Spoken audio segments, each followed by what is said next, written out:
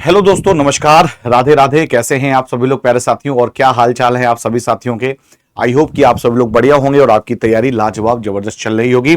तो मेरे प्यारे साथियों, जल्दी से फटाफट आ जाएंगे। और आप सभी लोग जानते हैं कि आज है 17 अक्टूबर और टाइम हो चुका है, 9 बज चुके हैं। और जैसा कि मैंने आप लोगों से वादा किया था कि मैं आप लोगों को 3 इतिहास की क्लास दूंगा जो कि प्रीवियस ईयर क्वेश्चंस बेस्ड रहेंगे और ये सभी एग्जाम्स के लिए महत्वपूर्ण हैं। तो याद रखिएगा, आपके सामने इंपॉर्टेंट क्वेश्चंस यहां पर हैं। और याद रखिएगा, ये इंडियन हिस्ट्री के हैं और ये सब बिहार के सभी एग्जाम्स के लिए महत्वपूर्ण यहां पर रहने वाले हैं। क्योंकि आप लोग जानते हैं कि भाई इतिहास के क्वेश्चन लगभग लगभग अगर मैं बताऊं तो हर पेपर में 8-9 इस क्वांटिटी में पूछे जाते हैं। तो ये प्रश्न आपके प्रीवियस ईयर में पूछे गए, मतलब इससे पहले जितने भी एग्जाम हुए हैं वहां पे जो क्वेश्चन इतिहास के पूछे गए वो मैं आपके सामने यहां पर लेकर आया हूं। ठीक है, तो एक बार जल्दी से फटाफट आ जाओ और सभी लोग सेशन को शेयर कर दीजिएगा मेरे प्यारे साथियों। और आप सभी लोगों को दिवाली की बहुत बहुत शुभकामनाएं। विश यू हैप्पी दीपावली आप सभी साथियों को। एक बार आप लोग ना इसका स्क्रीनशॉट ले लीजिए, ठीक है, और अपने व्हाट्सएप स्टेटस पे दिवाली वाले दिन जरूर लगाइएगा, है ना, ताकि सभी को पता चल जाए कि आप लोग टेक्स्ट बुक परिवार से हैं। क्लियर है। चलिए, तो चलते हैं हम लोग क्वेश्चन की तरफ। यहां पे तो आज का पहला क्वेश्चन आपके सामने ये रहा।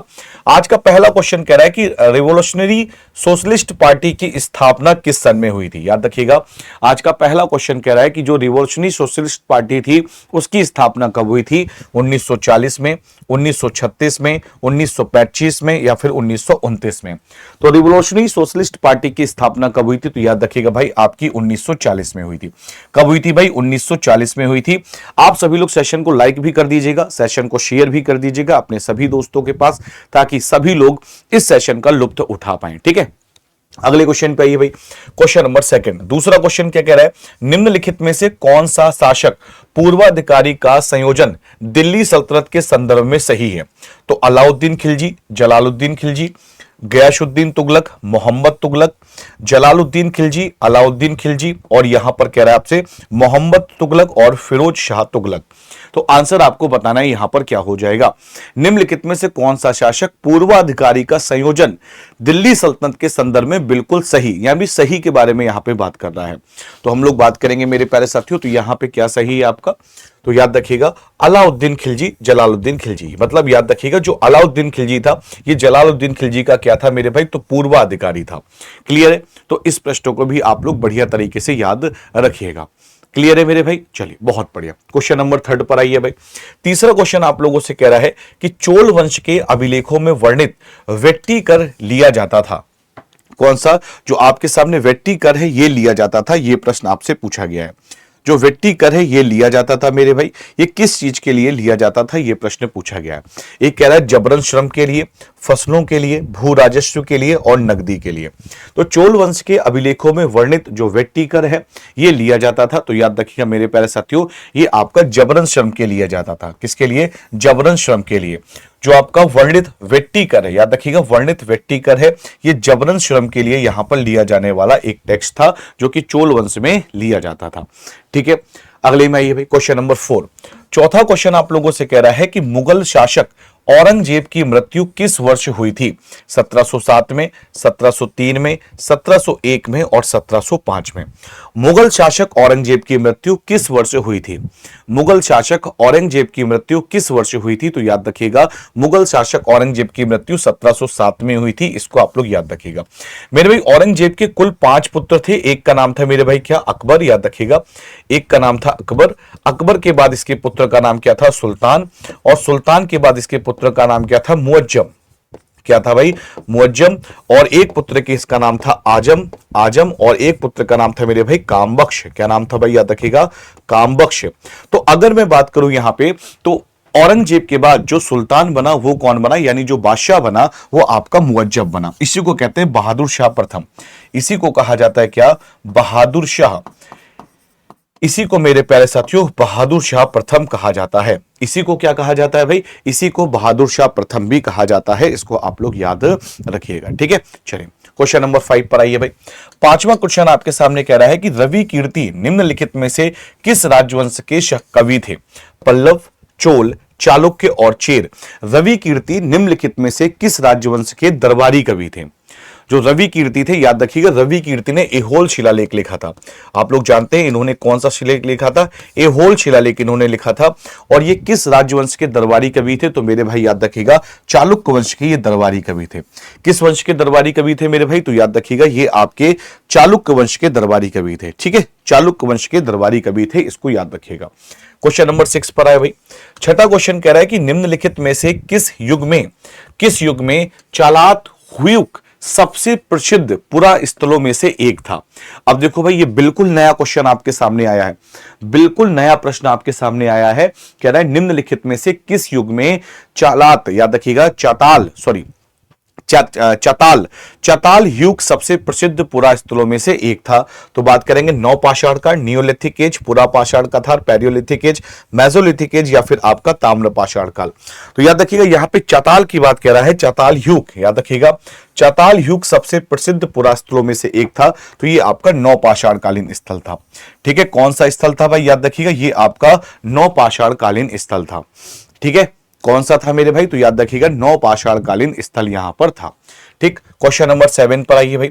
7वां क्वेश्चन कह रहा है कि अलीवर्दी खां की मृत्यु के बाद 1756 में बंगाल का नवाब कौन बना। मुर्शिद कुली खां, शान नवाब, सिराजुद्दौला और निगम शाह। अलीवर्दी खां की मृत्यु के बाद 1756 में बंगाल के नवाब की गद्दी पर कौन बैठा। बताइए भाई आंसर क्या हो जाएगा।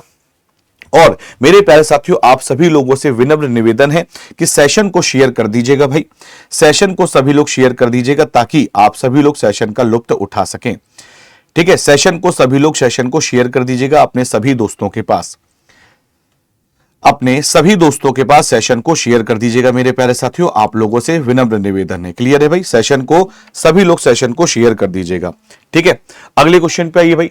अगला इसका आंसर क्या हो जाएगा, सिराजुद्दौला। याद रखिएगा अलीवर्दी खां की मृत्यु के बाद जो अगला बंगाल का नवाब बना वो कौन बना भाई, याद रखिएगा वो सिराजुद्दौला बना।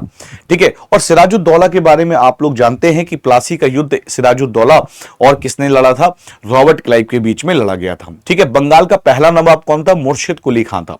मुर्शिद कुली खां कौन था, बंगाल का पहला नवाब था, याद रखिएगा अच्छी तरीके से। क्वेश्चन नंबर 8वें पर आइए भाई। 8वां क्वेश्चन आप लोगों से कह रहा है कि नागभट्ट निम्नलिखित में से किस राजवंश के राजा थे। तो बात करेंगे मेरे भाई रेड्डी राजवंश के, प्रतिहार, काकतीय और वर्धन। नागभट्ट निम्नलिखित में से किस राजवंश के राजा थे। बताइए भाई साहब आंसर क्या हो जाएगा, आंसर बताइए मेरे भाई यहां पे क्या हो जाएगा। बताइए भाई साहब फटाफट जल्दी से आंसर बताओ मेरे भाई यहां पर क्या हो जाएगा। जो नागभट्ट थे किस राजवंश के शासक थे। रेड्डी, प्रतिहार, काकतीय और वर्धन। रेड्डी, प्रतिहार, काकतीय और वर्धन। तो मेरे भाई याद रखिएगा आंसर यहां पे क्या हो जाएगा, रेड्डी। नागभट्ट जो थे आपके थे, तो याद रखिएगा ये आपके रेड्डी राजवंश के क्या थे, राजा थे। ठीक है, रेड्डी राजवंश के। ठीक, क्वेश्चन नंबर 9 पर आइए भाई। क्वेश्चन नंबर 9 आपके सामने ये रहा, कहां गया भाई, ये रहा। क्वेश्चन नंबर 9 क्या कह रहा है कि निम्नलिखित में से कौन सा राजवंश त्रिपक्षीय संघर्ष का हिस्सा नहीं था जो एक विशेष रूप से वांछनीय क्षेत्र कन्नौज पर नियंत्रण करने के लिए सदियों तक लड़ा गया था। तो आप लोग जानते हैं मेरे भाई, मैंने आपसे क्या बताया था, PPR, यानी P से क्या हो गया, प्रतिहार, याद रखिएगा प्रतिहार, पाल और राष्ट्रकूट। ये 3 लोग थे मेरे भाई, राष्ट्रकूट। अब यहां पे क्वेश्चन क्या पूछा गया है, यहां पे कह रहा है कि कौन सा त्रिपक्षीय संघर्ष का हिस्सा नहीं था जो एक विशेष रूप से वांछनीय क्षेत्र कन्नौज पर नियंत्रण करने के लिए सदियों तक लड़ी गई थी। तो याद रखिएगा इस प्रश्न का राइट ऑप्शन क्या हो जाएगा भाई, इस प्रश्न का करेक्ट ऑप्शन हो जाएगा आपके सामने। तो मेरे भाई याद रखिएगा कदम यहां पर नहीं था। कौन सा नहीं था भाई, तो मेरे भाई याद रखिएगा आपका कदम यहां पे नहीं था। तो आंसर क्या हो जाएगा, कदम will be the correct option. ठीक है भाई, अगले में आइए क्वेश्चन नंबर 10वां क्वेश्चन आप लोगों से कह रहा है भाई कि निम्नलिखित में से कौन सा क्षेत्र चालुक्यों की राजधानी थी। तो कोलार थी, कांचीपुरम थी, एहोल थी और रायचूर थी। निम्नलिखित में से कौन सा क्षेत्र चालुक्यों की राजधानी थी। निम्नलिखित में से कौन सा क्षेत्र चालुक्यों की राजधानी थी। आंसर बताओ मेरे भाई क्या हो जाएगा। निम्नलिखित में से कौन सा क्षेत्र चालुक्यों की राजधानी थी। निम्नलिखित में से कौन सा क्षेत्र चालुक्यों की राजधानी थी। तो मेरे भाई याद रखिएगा चालुक्यों की राजधानी क्या थी, आपकी एहोल थी। ठीक है, कौन सी थी भाई चालुक्यों की राजधानी? तो आपकी एहोल चालुक्यों की यहां पे राजधानी थी। ठीक है भाई, याद रखिएगा। क्वेश्चन नंबर 11 पर आइए भाई। क्वेश्चन नंबर 11 आपके सामने आ गया। विश्व भारतीय विश्वविद्यालय के संस्थापक निम्नलिखित में से कौन थे? लाला हरदयाल, स्वामी विवेकानंद, रविन्द्रनाथ टैगोर और मदन मोहन मालवीय। विश्व भारतीय विश्वविद्यालय के संस्थापक का नाम आपसे पूछा गया है। संस्थापक का नाम आपसे पूछा गया, आंसर बताओगे यहां पर क्या हो जाएगा? तो मेरे प्यारे साथियों, आप लोग याद रखिएगा कि विश्व भारतीय विद्यालय के जो संस्थापक थे उनका नाम था रविंद्रनाथ टैगोर। क्या नाम था भाई? रविंद्रनाथ टैगोर। रविंद्रनाथ टैगोर ने ही विश्व भारतीय विश्वविद्यालय की स्थापना की थी और इसके ये संस्थापक भी थे, फाउंडर भी थे। ठीक है, क्वेश्चन नंबर 12 पर आइए भाई। 12वां क्वेश्चन आपके सामने आ गया। 12वां क्वेश्चन कह रहा है कि भारतीय राष्ट्रीय कांग्रेस के दूसरे अधिवेशन में कितने प्रतिनिधियों ने भाग लिया? 434, 190, 212 और 628। भारतीय राष्ट्रीय कांग्रेस के दूसरे अधिवेशन में कितने प्रतिनिधियों ने भाग लिया था? तो याद रखिएगा 434 प्रतिनिधियों ने भाग लिया। कितने प्रतिनिधियों ने भाग लिया था भाई? तो याद रखिएगा 434 प्रतिनिधियों ने भाग यहां पर लिया था दूसरे अधिवेशन में। पहले अधिवेशन में 72 प्रतिनिधियों ने भाग लिया था। ठीक है, क्वेश्चन नंबर 13 पर आइए भाई। 13वां क्वेश्चन आपसे कह रहा है कि वॉरेन हेस्टिंग्स किस वर्ष भारत के पहले गवर्नर जनरल बने? वॉरेन हेस्टिंग्स किस वर्ष भारत के पहले गवर्नर जनरल बने? तो बात करेंगे 1767, 1773, 1757 और 1783। वॉरेन हेस्टिंग्स किस वर्ष भारत के पहले गवर्नर बने थे? आंसर बताओ यहां पर क्या हो जाएगा भैया, फटाफट जल्दी से आंसर बताओ यहां पे क्या हो जाएगा। देखिए यहां पे कह रहा है भारत के पहले गवर्नर जनरल बने, तो यहां पे अगर हम लोग बात करें तो बंगाल के पहले गवर्नर जनरल बने थे, है ना, बंगाल के पहले गवर्नर जनरल। अच्छा, यहां पे क्वेश्चन भारत भी पूछा गया, ये क्वेश्चन पूछा गया भाई, ये क्वेश्चन आपका एग्जाम में पूछा गया है और एट रिस्ट ऐसे ही प्रश्न आपके एग्जाम में पूछा गया था। आप कहेंगे सर ये कब क्वेश्चन पूछा गया है? तो मेरे भाई ये सीजीएल में क्वेश्चन पूछा गया है। बात करेंगे ये क्वेश्चन आपका एसएससी सीजीएल में ये प्रश्न पूछा गया और ऐसे ही क्वेश्चन पूछा गया था। तो याद रखिएगा 1773 में। तो वॉरेन हेस्टिंग्स किस वर्ष भारत के पहले गवर्नर जनरल बने? तो याद रखिएगा 1773। ठीक है, 1773 करेक्ट ऑप्शन यहां पर हो जाएगा। अगले में आइए भाई क्वेश्चन नंबर 14। क्वेश्चन नंबर 14 आपके सामने कह रहा है कि हड़प्पा के लोग भारत में वर्तमान से सोना लाते थे तेलंगाना से, केरल से, तमिलनाडु से और कर्नाटक से। भाई हड़प्पा के जो लोग थे वो वर्तमान में सोना कहां से लाते थे? बताइए भाई क्या आंसर हो जाएगा? तेलंगाना, केरल, तमिलनाडु और कर्नाटक। भाई सेशन को लाइक शेयर कर लीजिएगा भाई, आप लोगों से विनम्र निवेदन है कि सेशन को लाइक शेयर कर लीजिएगा। तो हड़प्पा के लोग वर्तमान में सोना कहां से लाते थे? तो याद रखिएगा ये सोना लाते थे मेरे भाई आपके कर्नाटक से। कहां से लाते थे मेरे प्यारे साथियों? आपके कर्नाटक से सोना लेकर आते थे। ठीक है, क्वेश्चन नंबर 15 पर आइए भाई। क्वेश्चन नंबर 15 कह रहा है कि निम्नलिखित में से हड़प्पा सभ्यता का कौन सा पुरास्थल बोलन दर्रे के पास स्थित है? मेहरगढ़, गुर्फ कराल, चिरौंद और कोल्डी हवा। निम्नलिखित में से हड़प्पा सभ्यता का कौन सा पुरास्थल बोलन दर्रे के पास स्थित है? बोलन दर्रे के पार स्थित है। तो याद रखिएगा मेरे भाई आपका मेहरगढ़। कौन सा स्थित है? आपका मेहरगढ़ स्थित है और मेहरगढ़ याद रखिएगा बलूचिस्तान में स्थित है। कहां पर? बलूचिस्तान में। मेहरगढ़ से प्राचीनतम कृषि और पशुपालन के भी साक्ष्य प्राप्त यहां पर होते हैं। ठीक है, अगले क्वेश्चन पे क्वेश्चन नंबर 16। 16वां प्रश्न आप लोगों से कह रहा है कि जियाउद्दीन बर्नी ने अपना वृत्तांत पहली बार 1356 में और दूसरी बार इसके 2 वर्ष बाद लिखा था। तो 2, 5, 3 और 8 है। यहां पे प्रश्न क्या कह रहा है कि जियाउद्दीन बर्नी ने अपना वृत्तांत पहली बार 1356 और दूसरी बार इसके वर्ष बाद लिखा था, मतलब कितने वर्ष बाद लिखा था, यह प्रश्न पूछा है। आजकल देखो ऐसे भी क्वेश्चन आप लोगों से पूछे जा चुके हैं, ऐसे भी प्रश्न। तो पहला इसने 1356 में लिखा और दूसरा वृत्तांत जो लिखा था वो लिखा था भाई याद रखिएगा पहला 1356 में और दूसरा लिखा था 1358 में। दूसरा लिखा था 1358 में, यानी 2 वर्ष बाद लिखा था। ठीक है, यानी कितने वर्ष बाद लिखा था भाई? यानी आपके ये 2 वर्ष बाद लिखा था। तो आंसर क्या हो जाएगा? 2 करेक्ट ऑप्शन यहां पर हो जाएगा। ठीक है, 2 will be the right option. Question number 17 पर आइए भाई। 17वां क्वेश्चन कह रहा है कि निम्नलिखित में से किसने 1266 से 1227 के बीच भारत में शासन किया? 1266 से लेकर 1227 के बीच में भारत पर शासन किया।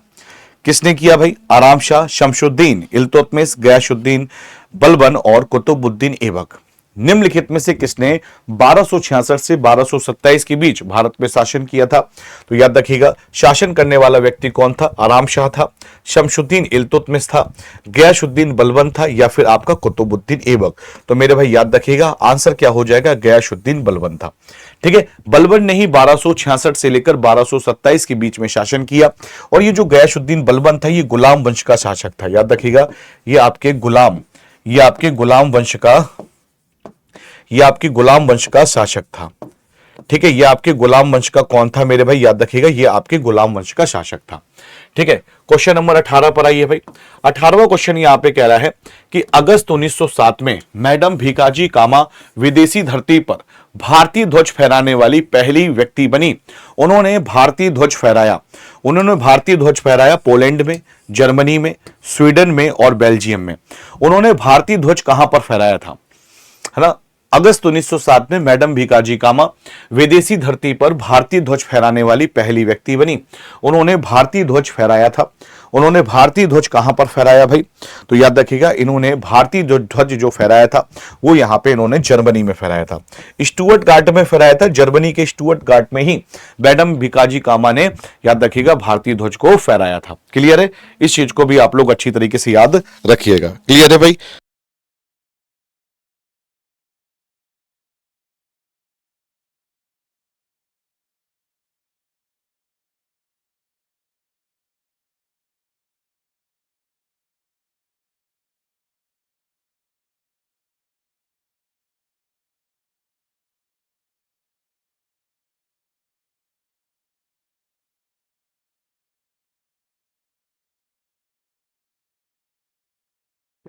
बढ़िया भाई, याद रखिएगा, जर्मनी राइट ऑप्शन यहां पे हो जाएगा। क्वेश्चन नंबर 19 पर आइए भाई। क्वेश्चन नंबर 19 क्या कह रहा है? बक्सर का युद्ध हेक्टर मुंडो के नेतृत्व वाली ब्रिटिश ईस्ट इंडिया कंपनी की कमान के अधीन सेनाओं की संयुक्त सेनाओं के बीच हुआ था। तो बक्सर का युद्ध याद रखिएगा, आप लोग जानते हैं भाई 1764 में हुआ। ठीक है, मैंने आपको पहले ही बताया कि मेरे भाई मीर कासिम था। मीर कासिम, तो मीर जाफर जिसमें जिसमें आ रहा है गलत हो गया, मीर जाफर आ रहा है गलत हो गया, मीर जाफर आ रहा है गलत हो गया। ठीक है, मीर कासिम था और कौन था? सुजाउद्दौला। भाई कौन था भाई? सुजाउद्दौला, जो कि अवध का नवाब था। और कौन था मेरे भाई? याद रखिएगा, और था आपके सामने शाह आलम द्वितीय था। तो यहां पे आप देखोगे मीर कासिम, मुगल बादशाह शाह आलम, तो मुगल बादशाह शाह आलम, ठीक है, और अवध के नवाब सुजाउद्दौला। ठीक है, तो यहां पे ये भी गलत हो गया, शाह आलम द्वितीय था। तो यहां पे बात करेंगे मेरे भाई सिराजुद्दौला। एक सेकंड रुकिएगा, यहां पे मेरे भाई, यहां पे जो ऑप्शन आपके सामने लिखा गया है, इस ऑप्शन के अकॉर्डिंग हम लोग चलते हैं। ठीक है, तो सबसे पहले हमने क्या किया? मीर जाफर वाला यहां पे गलत किया। ठीक है, मीर जाफर सुजाउद्दौला, तो सिराजुद्दौला तो नहीं था भाई, तो ये भी गलत हो गया, ये भी गलत हो गया। तो बी बचा, मीर कासिम था, मुगल बादशाह शाह आलम द्वितीय होना चाहिए भाई यहां पे, और अवध के नवाब सुजाउद्दौला। तो आंसर यहां पे क्या हो जाएगा भाई? आंसर आपके सामने यहां पर बी हो जाएगा। और अंग्रेजों की तरफ से कौन था? तो अंग्रेजों की तरफ से हेक्टर मुंडो था। ठीक है, अंग्रेजों की तरफ से कौन था? तो याद रखिएगा, अंग्रेजों की तरफ से आपका हेक्टर मुंडो था। ठीक है भाई, चलिए क्वेश्चन नंबर 20 पर आइए भाई। क्वेश्चन नंबर 20 आपके सामने कि निम्नलिखित में से किस स्थान पर 7 अगस्त 1905 को स्वदेशी आंदोलन की औपचारिक घोषणा की गई? निम्नलिखित में से किस स्थान पर 7 अगस्त 1905 को स्वदेशी आंदोलन की औपचारिक घोषणा की गई? कलकत्ता टाउन हॉल, और कनाई धर लेन कलकत्ता, वेलिंगटन स्क्वायर कलकत्ता, और बंगाल नेशनल कॉलेज कलकत्ता। तो मेरे भाई क्या आंसर हो जाएगा? तो याद रखिएगा, इसका राइट ऑप्शन आपके सामने हो जाएगा कलकत्ता टाउन हॉल में। कहां पे की गई भाई? तो याद रखिएगा, आपके कलकत्ता टाउन हॉल पे की गई। कहां पे मेरे भाई? कलकत्ता टाउन हॉल पे। ठीक है, क्लियर है, बहुत बढ़िया। क्वेश्चन नंबर 21 पर आइए। क्या कह रहा है कि त्रिपक्षीय संघर्ष, जिसे कन्नौज ट्राइएंगल वॉर के रूप में भी जाना जाता है, 8वीं और 9वीं शताब्दी में इन 3 महान राजवंशों के बीच हुआ था। तो देखो, ये तो मैंने आपको बताया मेरे भाई, सबसे आसान तरीका पी 3 पी लिखो, यहां पे आर बना दो, यानी आपके सामने क्या हो गया? प्रतिहार हो गया, पाल हो गया, ठीक है, और राष्ट्रकूट हो गया। ये याद करने के लिए, क्या याद करने के लिए, तो याद रखिएगा, तो पाल, प्रतिहार, राष्ट्रकूट, तो बिल्कुल आंसर क्या हो जाएगा? ए करेक्ट ऑप्शन आपके सामने हो जाएगा। क्या हो जाएगा भाई? A will be the correct option आपके सामने यहां पर हो जाएगा। क्वेश्चन नंबर 22 पर आइए भाई। क्वेश्चन नंबर 22 क्या कह रहा है? ऑस्ट्रेलिया और कनाडा जैसे स्वशासित उपनिवेशों के मॉडल पर ब्रिटिश साम्राज्य के भीतर स्वराज्य या स्वशासन के दावे को 1905 में कांग्रेस के मंच से किसने सामने रखा था? तो बात करेंगे भाई, विपिन चंद्र पॉल ने रखा था, गोपाल कृष्ण गोखले, दादा भाई नौरोजी और लाला लाजपत राय। ऑस्ट्रेलिया और कनाडा जैसे स्वशासित उपनिवेशों के मॉडल पर ब्रिटिश साम्राज्य के भीतर स्वराज्य और स्वशासन के दावे को 1905 में कांग्रेस के मंच पर किसने रखा था? बताइए भाई, क्या आंसर यहां पे इस प्रश्न का हो जाएगा? तो आप लोग अच्छी तरीके से जानते हैं सर, महात्मा गांधी के राजनीतिक गुरु जिनका नाम क्या था? गोपाल कृष्ण गोखले, इन्होंने रखा था। ठीक है, महात्मा गांधी के राजनीतिक गुरु जिनका क्या नाम था? गोपाल कृष्ण गोखले, इन्होंने यहां पर इसका रखा था। ठीक है, अगले क्वेश्चन पे, क्वेश्चन नंबर 23। क्वेश्चन नंबर 23 कह रहा है कि किस बहमनी शासक ने महमूद गवान व्यापारियों के प्रमुख या मलिकुत तुज्जार उपाधि प्रदान की? हुमायूं शाह, फिरोज शाह, मोहम्मद शाह, अलाउद्दीन हसन बहमद शाह। अब ये थोड़ा सा पेचीदा क्वेश्चन बन गया। क्या प्रश्न कह रहा है भाई? यहां पे जो प्रश्न कह रहा है कि किस बहमनी शासक ने महमूद गवन को व्यापारियों के प्रमुख या मलिकुत तुज्जार, याद रखिएगा, मलिकुत तुज्जार की उपाधि प्रदान की, तो करने वाला व्यक्ति कौन था? हुमायूं शाह था। याद रखिएगा, ये उपाधि धारण करने वाला व्यक्ति कौन था? तो मेरे प्यारे साथियों, आपका हुमायूं शाह था। ठीक है, कौन सा था? Humayun Shah will be the correct option यहां पर हो जाएगा। ठीक है, क्वेश्चन नंबर 24 पर आइए भाई।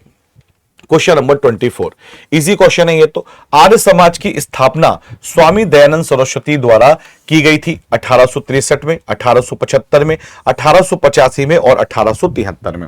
आर्य समाज की स्थापना स्वामी दयानंद सरस्वती द्वारा की गई थी, तो याद रखिएगा आपके 1875 में की गई थी। कब की गई थी मेरे भाई? तो याद रखिएगा 1875 में। ठीक है, क्वेश्चन नंबर 25 पर आइए भाई। 25वां क्वेश्चन कह रहा है निम्न में से कौन सा कथन सही है? 1793 में कार्नवालिस कोड यानी कार्नवालिस संहिता लागू किया गया था।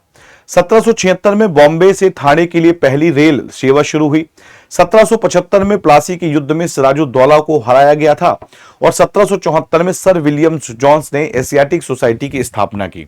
यहां पे कह रहा है कौन सा कथन सही है? सही कथन मेरे भाई आपको आंसर बताना है, यहां पे कौन सा कथन सही हो जाएगा, है ना? कौन सा कथन यहां पे सही हो जाएगा, ये आपको आंसर बताना है। फटाफट इसका आंसर बता दीजिए और सेशन को शेयर कर लेना भाई, सेशन को लाइक कर दीजिएगा। ठीक है, और कल भी आपको इसी टाइम पे क्लास मिलेगी, तो तीनों क्लास कर लीजिएगा। तीनों क्लास की पीडीएफ विवेक सर टेक्स्ट बुक, ये लिखा हुआ है विवेक सर टेक्स्ट बुक, इस पे भेज दूंगा और डिस्क्रिप्शन पे लिंक भी दिया है ना? डिस्क्रिप्शन पे लिंक दिया है, बैच परचेज का भी लिंक डिस्क्रिप्शन में ही दिया है। कोई दिक्कत समस्या आती है तो आप मुझे कॉल कर सकते हैं, कॉल से बात कर सकते हैं। तो क्या आंसर हो जाएगा भाई? तो याद रखिएगा राइट ऑप्शन हो जाएगा कि आपका 1793 में, याद रखिएगा 1793 में कार्नवालिस कोड, कार्नवालिस संहिता को लागू किया गया था। 1793 में कार्नवालिस कोड यानी कार्नवालिस संहिता को क्या किया गया था? लागू यहां पर किया गया था। तो 25वें का आंसर क्या हो जाएगा भाई? ए राइट ऑप्शन यहां पर हो जाएगा। क्वेश्चन नंबर 26 पर आइए कि सितंबर 1923 में कांग्रेस के विशेष अधिवेशन की अध्यक्षता किसने की और जो 35 वर्ष की आयु में कांग्रेस के अध्यक्ष के रूप में चुने जाने वाले सबसे युवा व्यक्ति बने? बाल गंगाधर तिलक, महादेव गोविंद रनाडे, मौलाना अबुल कलाम आजाद और राम मनोहर लोहिया। सितंबर 1923 में कांग्रेस के विशेष अधिवेशन की अध्यक्षता किसने की और जो 35 वर्ष की आयु में कांग्रेस के अध्यक्ष के रूप में चुने जाने वाले सबसे युवा व्यक्ति थे? तो सबसे युवा व्यक्ति कौन थे भाई? याद रखिएगा मौलाना अबुल कलाम आजाद, ये सबसे युवा अध्यक्ष थे भारतीय राष्ट्रीय कांग्रेस के। ठीक है, भारतीय राष्ट्रीय कांग्रेस के सबसे युवा अध्यक्षों में इनका नाम लिया जाता है, इनका नाम जोड़ा जाता है। ठीक, क्वेश्चन नंबर 27 पर आइए, बताइए भाई। 711 ईस्वी में अरब सेनापति ने सिंध पर विजय प्राप्त की, जो खलीफा के क्षेत्र का एक हिस्सा बन गया। जो खलीफा के क्षेत्र का क्या बन गया? एक हिस्सा बन गया। जो खलीफा के क्षेत्र का क्या बन गया भाई? याद रखिएगा एक हिस्सा बन गया।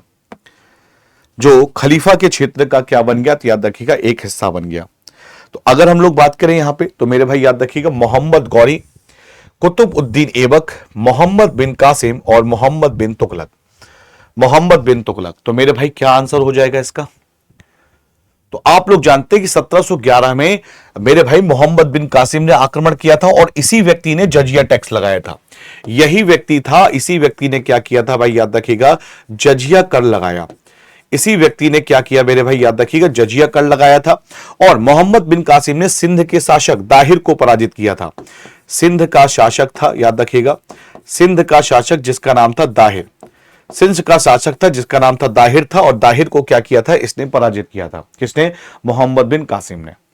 ठीक है, सिंध का शासक था दाहिर, जिसको क्या किया था, पराजित किया था, किसने, मोहम्मद बिन कासिम ने। ठीक है, चलिए क्वेश्चन नंबर 28, 28वां क्वेश्चन कह रहा है 1931 के गांधी इरविन समझौते का परिणाम क्या रहा। 1931 के गांधी इरविन समझौते का परिणाम क्या रहा कि भगत सिंह, राजगुरु, सुखदेव के लिए निष्पक्षता सुनवाई किए जाने पर सहमति बनी।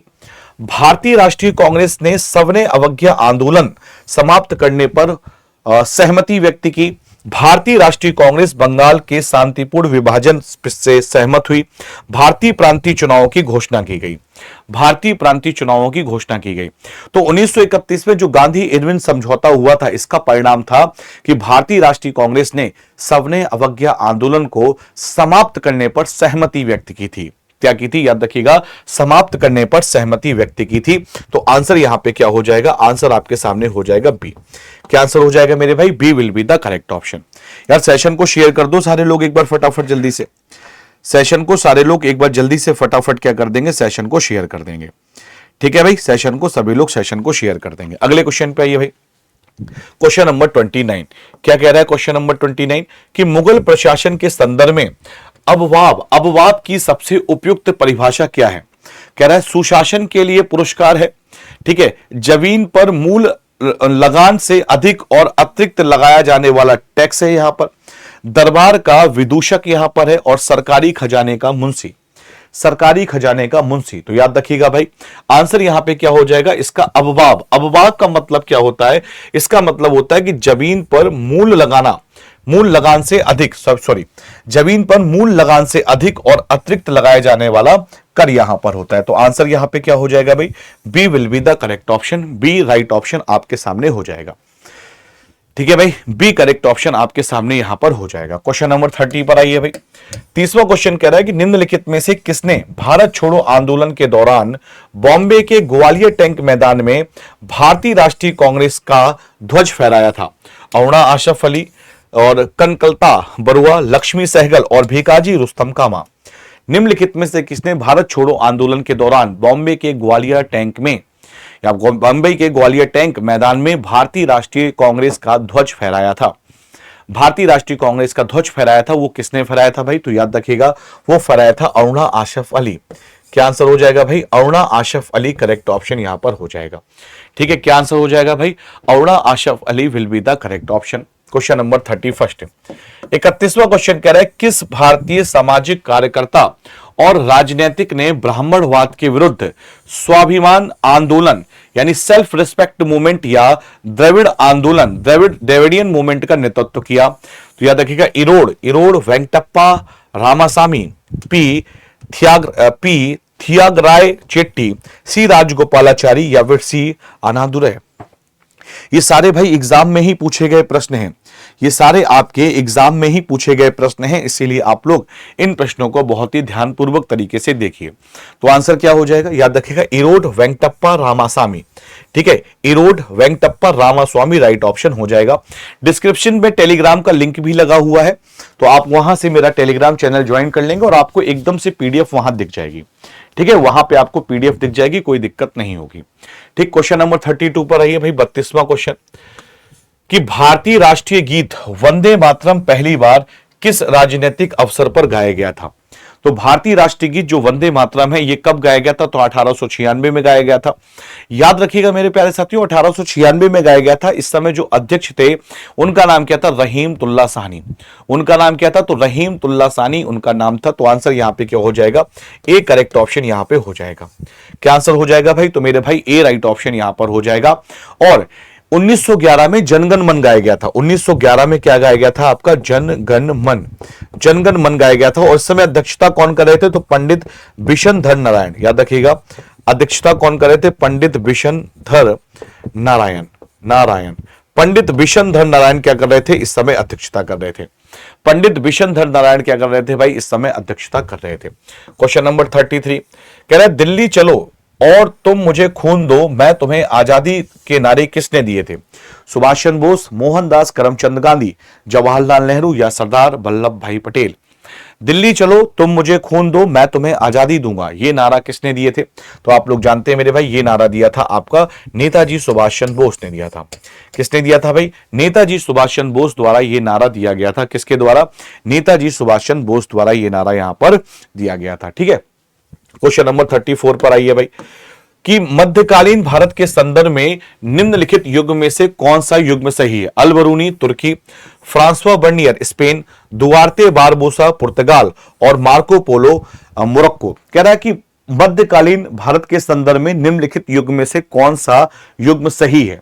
सही युग्म के बाद यहां पे कह रहा है भाई, अल-बरूनी कह रहा है तुर्की से आया था, है ना, और बर्नियर कह रहा है स्पेन से, दुआर्ते बारबोसा पुर्तगाल में आया था, और मार्को पोलो मोरक्को। तो याद रखिएगा यहां पे जो बिल्कुल सही आंसर आता है वो आता है दुआर्ते बारबोसा, जो कि पुर्तगाली व्यक्ति था।